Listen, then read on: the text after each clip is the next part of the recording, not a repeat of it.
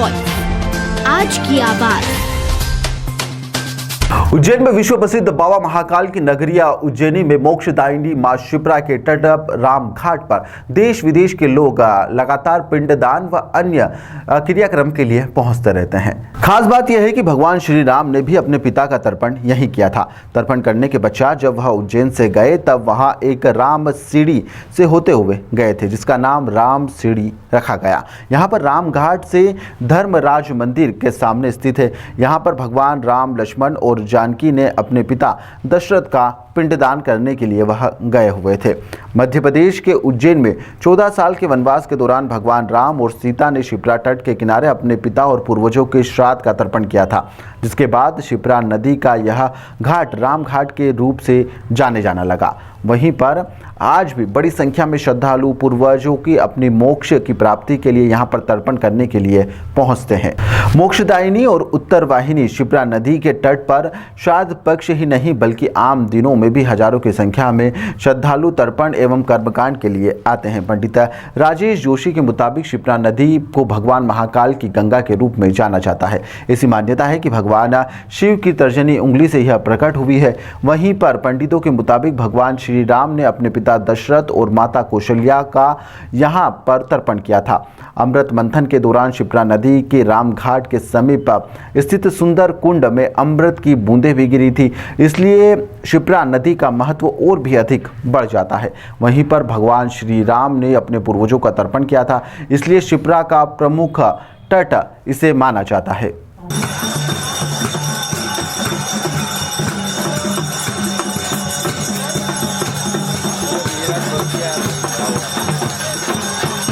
प्रणाम करो। ओम कुलदेवाय नमः। कुल माता को प्रणाम करिए। आपके इष्ट भगवान को प्रणाम करिए। इष्ट देवताभ्यो नमः। राम के देवता को प्रणाम करिए।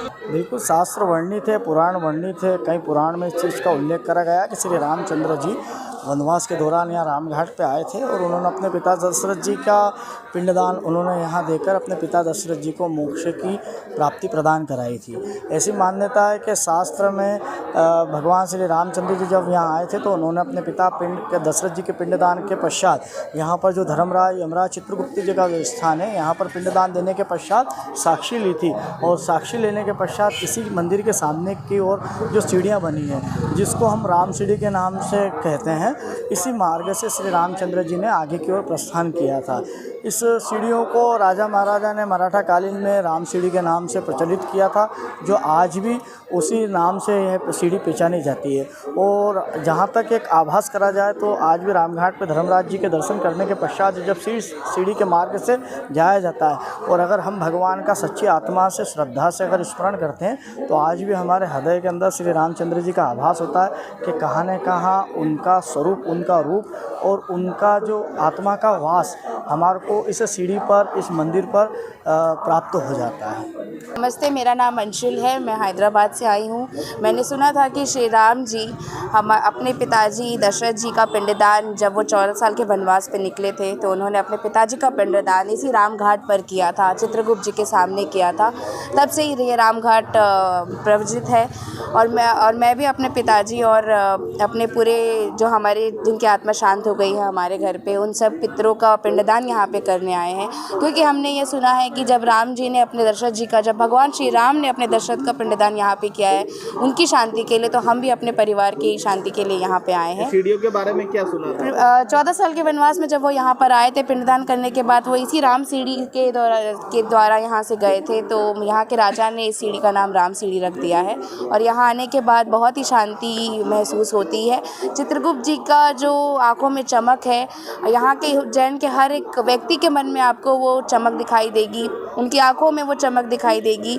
और इस राम घाट की जो शाम को आरती होती है, शिप्रा आरती, वो इतनी सुंदर होती है कि आपको मन में शांति मिल जाएगी। आपके मन में श्रद्धा होनी चाहिए और जगह आपके पास है। भगवान राम का भव्य मंदिर बना है, जी होने वाला है। जी, मैंने सुना हमारे नरेंद्र मोदी जी ने जो ये बेड़ा उठाया है भगवान श्री राम को लाने का, और वो लेकर आए हैं और उस मंदिर की सुंदरता बहुत ज़्यादा है।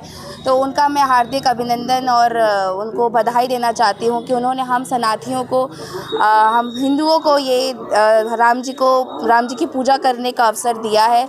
22 तारीख को जो उनका इनॉग्रेशन होने वाला है उसमें हमारे प्रधानमंत्री नरेंद्र मोदी जी वहाँ पर आएंगे और लाखों की तादाद पे भीड़ आएगी वहाँ पर हमारे राम जी को वेलकम करने के लिए, और मैं भी वहाँ पे ज़रूर जाऊँगी हमारे राम जी को देखने के लिए, और मैं बहुत खुश हूँ और हम सनातनियों के लिए गर्व की बात है।